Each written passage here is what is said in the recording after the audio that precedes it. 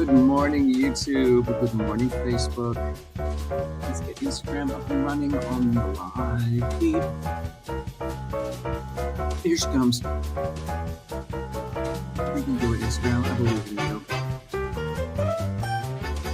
There we go.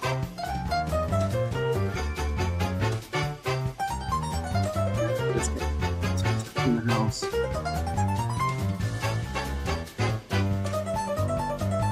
I caught myself playing small, and the weird thing is, I caught myself doing it while I thought I was being really bright. Good morning, this is the daily Good Morning Report from the Working Actor NYC. We're live on TikTok, we're live on YouTube, on Facebook, on Instagram. It is Thursday, August 13th. And 6 months ago, I stepped away from the comfortable version of my acting career to bet on TV and film. And now that the 6 months are over, I have to admit, I didn't accomplish the thing I set out to accomplish. Sometimes playing small looks remarkably like working really, really hard. Good morning, Max. Thank you for being here. Sue May joined. Good morning. Thanks for being here. This is the daily, the morning report from the Working Actor NYC. This is your spot for real life stories and strategies. And this is what the daily life of a working actor in New York City looks like. So let me know where you are and what you're working on in your acting career. Have you ever realized that you're doing the comfortable version of being uncomfortable? Because I think I just caught myself doing exactly that. So I made a 6-month bet on myself. Good morning, Laura Ann Marez. Thank you for the likes. I appreciate that very much. I appreciate your help. Every bit of support counts, so thank you. Kansas Tolerance, Laura Ann Marez. Thank you for being here. So yeah, 6 months ago, I made a bet on myself. I stepped away from the comfortable version of my career. My bread and butter gigs are regional theater gigs. I get to play great roles. I get to work in great theaters with wonderful people. And there's nothing wrong with that career. And I just want more.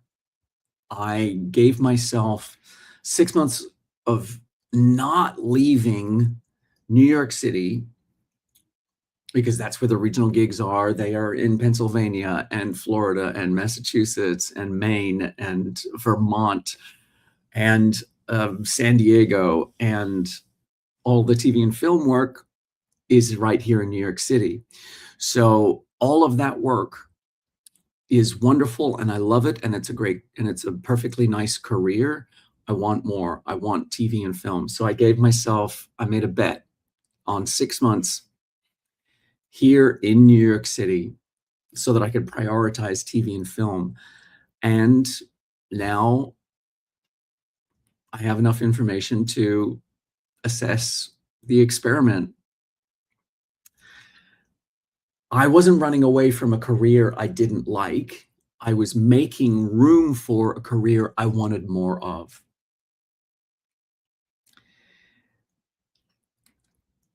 And so, yeah, comfortable isn't the same thing as bad. Sometimes comfortable is lovely, which is precisely why it's so hard to leave. Oh, Laura Ann does mostly voice acting. Do you like audiobook or commercial or both or everything? Thank you, Laura Ann, but I hate to be the one to break it to you. The experiment, I didn't accomplish the goal that I set out to achieve. I worked. I booked an off-Broadway show. I did an industrial. I did a voice job. I did some announcing for a dance piece. I had a film at Tribeca. I was the lead in a short film that made it into Tribeca Festival. I went to a bunch of events there, and these are accomplishments that I am proud of, but the specific goal was TV and film, and I didn't book either of those things. I do mostly video games, commercials, animation, and ADR. I'm okay. So, Laura Ann, I recently, not recently, over the last 6 months, the great thing about being at home for the last 6 months is I finally got around to all of the things that I've been meaning to do around the house. And one of them, I turned a tiny closet uh, into a voiceover booth. So I now have a place where I can actually shut the door that has no windows on it, and I've put sound insulation padding on the walls. Um, so I now have a voiceover booth. The annoying thing is, I don't think I've used it since. Why is that? Because I have had voiceover auditions, commercial. I had a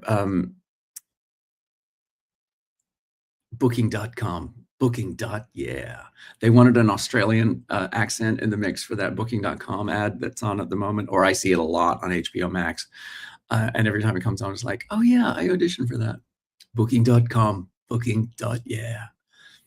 Um, Good morning, UAE. Thank you, Laura Ann. Of course, I'm going to keep going. I mean, what's the what other alternative do I have? Least favorite acting gig that you're glad you take. Um, I'm extremely glad that I did an off-Broadway show called A Man of No Importance. I got to work with some incredible people, but it was a very difficult job because the director hated understudies, and I was understudying Jim Parsons and Bill Humans and Tom Sesma and somebody else. And I got to go on a lot, and I played the lead for 10 days when Jim Parsons got COVID, and it was a wonderful cathartic experience, and I enjoyed it. I enjoyed the performing very much, but rehearsals were very difficult for me because the director just hated us, didn't want us to speak, didn't want us to be seen or heard, and wanted us to sit in a corner away from everybody else. And that made it massively unenjoyable. So that Vezix Haikal is my least favorite. So yeah, I took 6 months off. Good morning, Lady J. Let me know what you're working on in your acting career. I didn't accomplish the goal that I set out to achieve with my 6-month bet on myself, and I thought I was going really hard. I was signing up for workshops. I was going to industry events. I was putting myself in rooms where I could build relationships. Um, here's what makes playing small so sneaky. Sometimes it looks like working your ass off. I was going to classes and workshops. I was meeting casting directors. I was making my visibility was off the charts. I make a lot of content. I'm on here every weekday morning at 8 a.m. That's what this is, the daily, the morning report from the Working Actor NYC. I was not sitting around waiting for permission. I was out there. I was out there. Morning, Lucas Gabriel. So why do I call all of that I was doing playing small? I wasn't avoiding the work. I may have been avoiding one very specific kind of work. And I can see now, looking back over the last 6 months,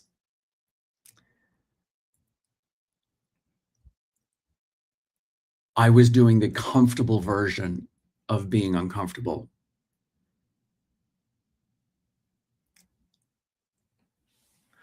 Laura Ann says, I always do the crazy thing. If I feel like I'm doing something crazy and inserting myself, I am very good about doing the thing that I'm avoiding. But sometimes it takes me a minute, and somehow I didn't cross that threshold over the last 6 months. I can look back now and go, oh, there's what you didn't do. And there's still time for me to do it. But I start a new job, a new theater job. Next week, I've booked the job after that. I'm auditioning for the job after that. next week. So do you know what I mean? Like I now have more regional theater jobs lined up. But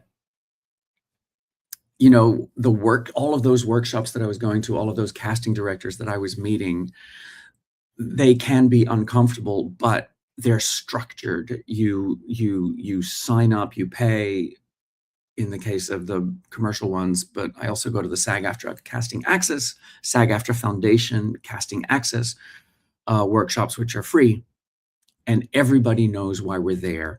They permit interaction. And these are places where relationships might develop. I'd found the precise amount of discomfort I was comfortable with. I was willing to put myself in the room, but all of that is different than deliberately initiating a relationship with casting directors that I don't know well. So it's like the difference between I'm willing to put myself in the room. I'm not always willing to knock on the door. And I think the edge for me of my comfort, discomfort is direct outreach. Nobody invited me to email them. And so I didn't. I was waiting for an invitation. There's no structured structure to that interaction. There's no guaranteed response. Direct outreach requires me to assert that my work is worth someone's attention. And apparently that's where some fear lives for me. Apparently clicking send is scarier than walking into a room full of casting directors. Good to know. Good to know about myself. Oh, thank you, Rose. Good morning. Bilad's back. Hey, Bilad, thank you for coming back.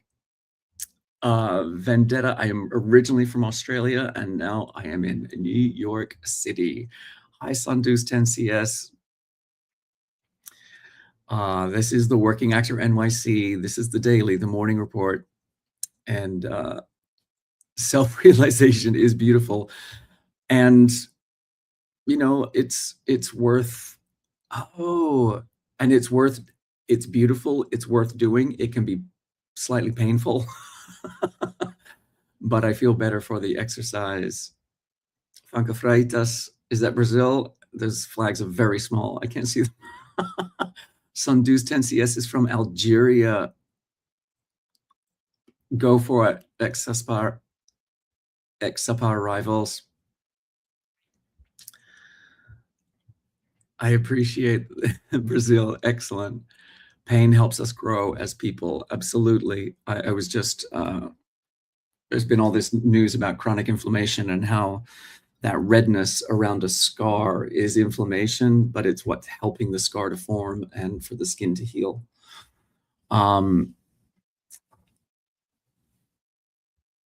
Yeah, so that whole direct outreach is the edge of my comfort and discomfort, and apparently being the lead in a film at Tribeca wasn't enough.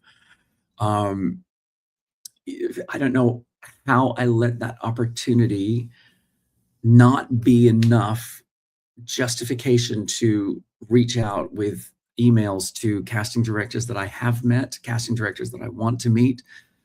Like, if that's not enough, what would be enough? What would qualify? Another festival, another TV credit, an award, I just think I have to be aware of that threshold of what is enough.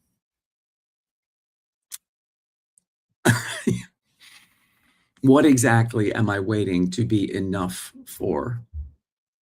You know what I mean? Oh, thanks for the likes. Thanks for the follows. Sundus, let me check it out. What exactly am I waiting to be enough for? I have done 3 Broadway shows. I have booked television and film. I I am a literal working actor. So why am I being shy about sending emails to casting directors that I haven't met saying, "We should know each other. I want you to know my work." Isn't that crazy? See, Laura Ann gets it. Laura Ann knows. I just, that this sort of diagnosis, this sort of self-diagnosis is only useful if you're willing to follow the treatment. So I'm talking myself into this outreach right now. Outreach does not mean I'm demanding an audition. Outreach is an introduction. And here's who I am, what I'm doing, and why I think that we may be aligned. Nobody owes me a response. Their reaction isn't within my control. But what is in my control is being knowable, being visible to them, and building that relationship is on me. Introducing yourself isn't the same thing as asking somebody for something.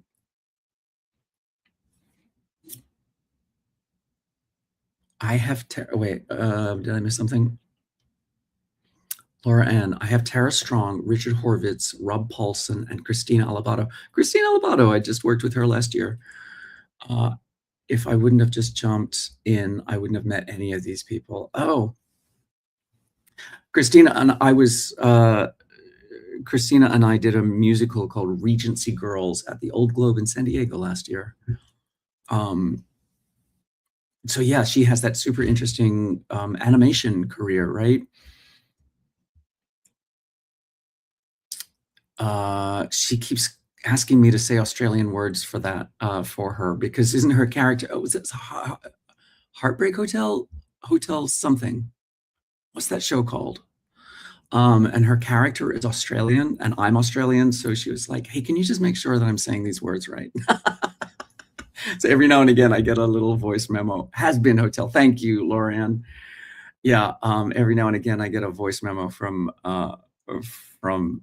Christina asking me to say something and I'll say lines in Australian. I hope she doesn't get in trouble for that. Sharing lines with me. So I just sort of feel as though all of this is telling me that the 6 months is never wasted. Time is never wasted. But I think I was playing small. I think I wasn't playing as large as I could have. And playing small doesn't look like inactivity. I was doing things. I'm building a spreadsheet of casting directors, but I haven't done the outreach to them. Does that make sense?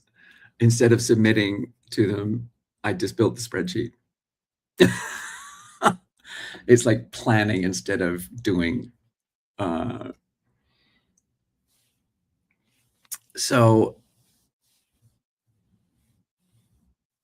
productive activity can sometimes be camouflage for avoidance, avoidance from what makes me uncomfortable.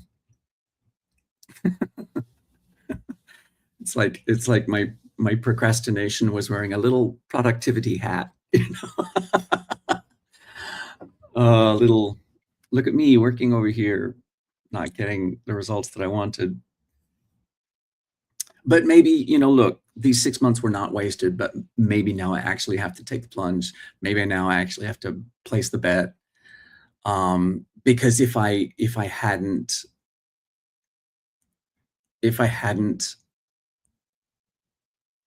spent this 6 months and come to this realization now, maybe that's what needed to happen in order for me to take the next step and move forward into actually, outreach to these casting directors, and some of whom I've met and some of whom I've not met yet. But now that I've seen that blind spot, that avoidance in myself. I can't unsee it. Now I have to act on it.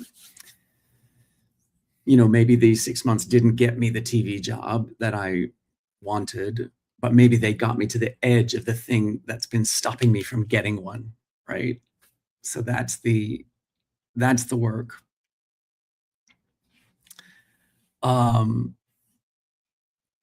I would love to hear exactly right, Laura Ann. I mean, like, the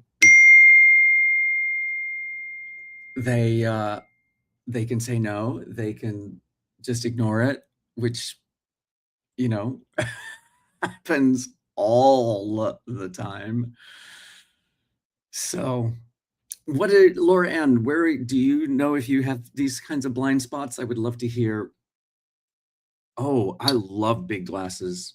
Don't come for my glasses. Also, the thing about big glasses is you can write on them. Can y'all read what that says?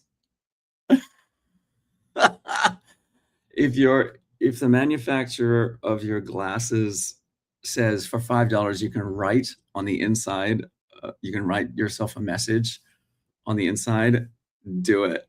Benjamin is hot. That's my little pick me up every morning. Actors have thick skins. It's true. And well, I think you don't get to this stage. I mean, I've been a working actor in New York City for over 25 years, and I don't think you get this far into an acting career without having a thick skin. But in order for a career to keep moving, you have to sort of have that diagnostic tool. Good morning, RCO. I'm doing great. It's great to be here.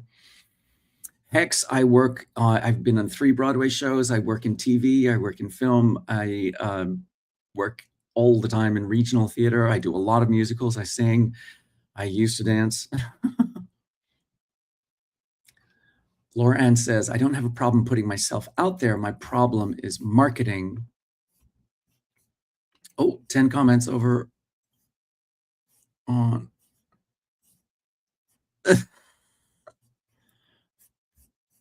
Sorry, I'm just catching up on the comments on YouTube and on Facebook. And true to form, hi, Jacqueline Coleman. Thanks for being here. True to form, YouTube is crazy. Why are the crazies always over on YouTube? Hi, Philippines. Hi, Ray. Thank you, RCO. Hex can see me as a TV cop. I tend to play the detective or the doctor or the lawyer. I give very good elegant menace is my terminology for it.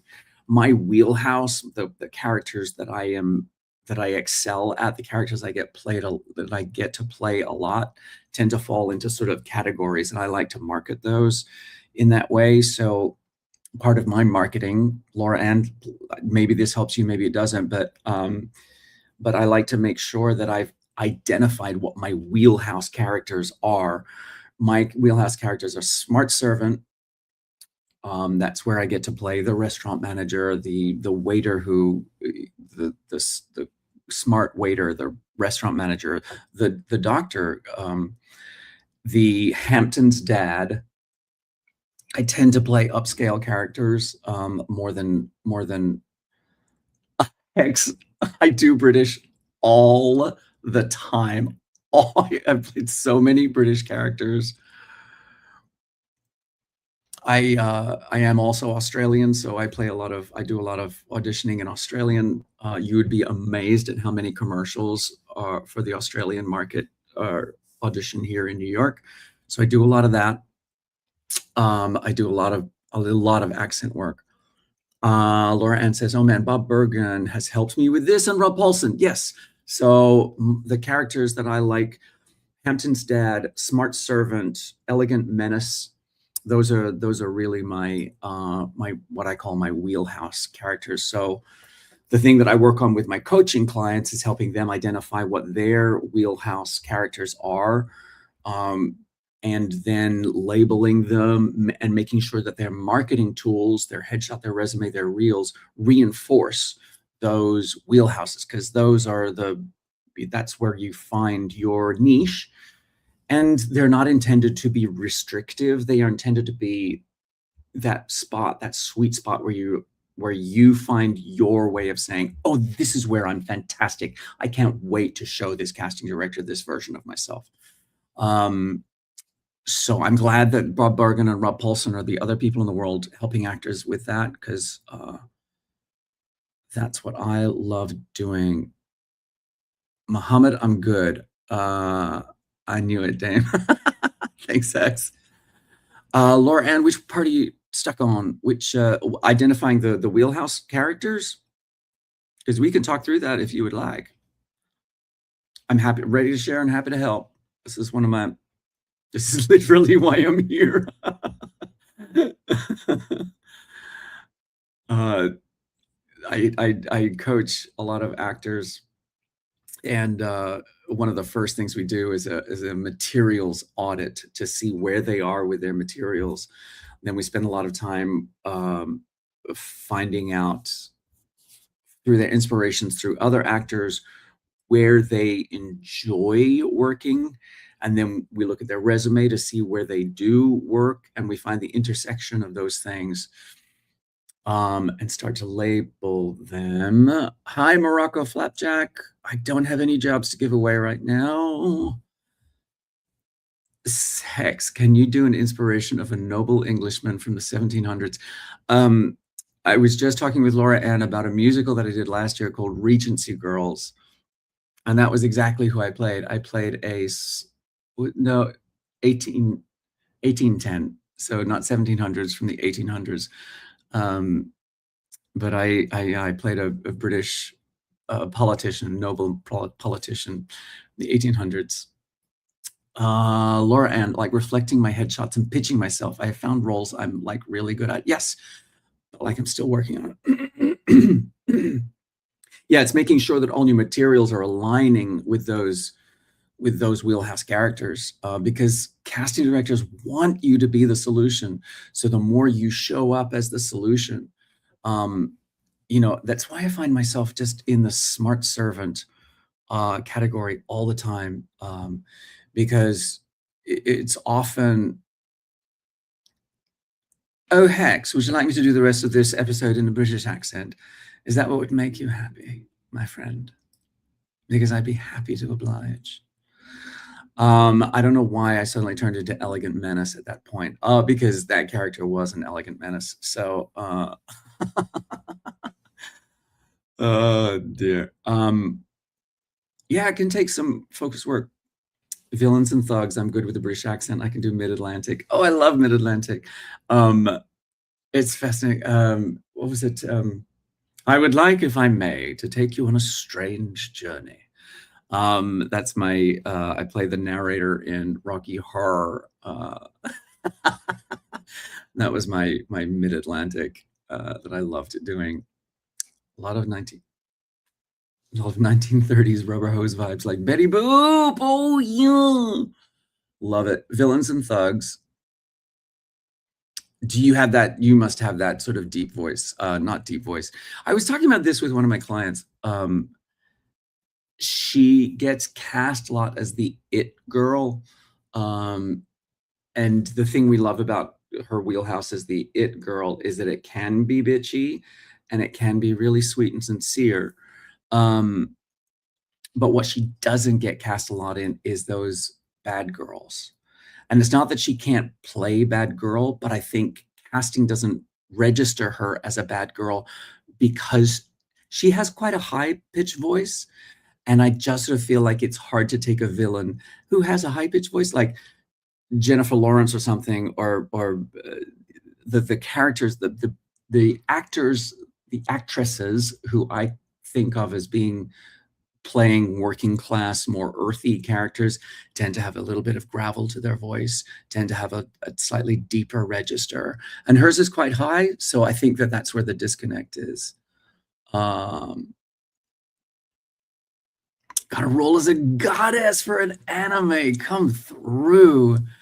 Yeah, I really need to put you're inspiring me, Laura. And one thing I should have done over this past 6 months is get my voice over reel together, because I actually really enjoy it, particularly since I'm so good with accents.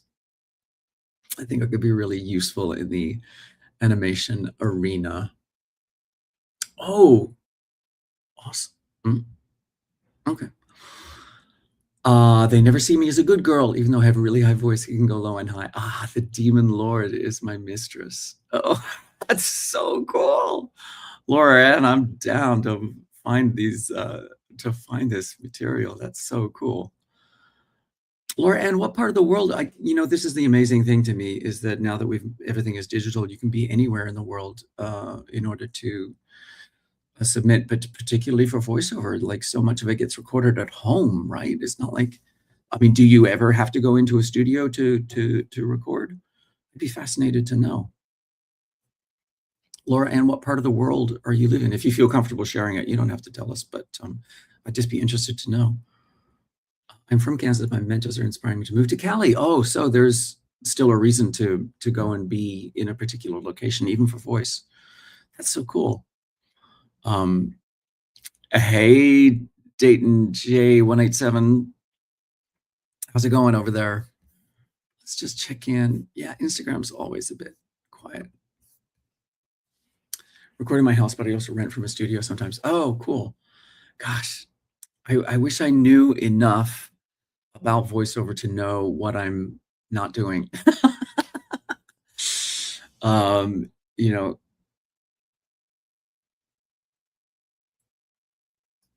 so I'm just I feel as though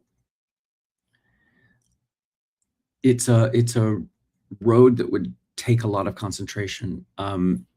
Because there are so many things to learn about it. And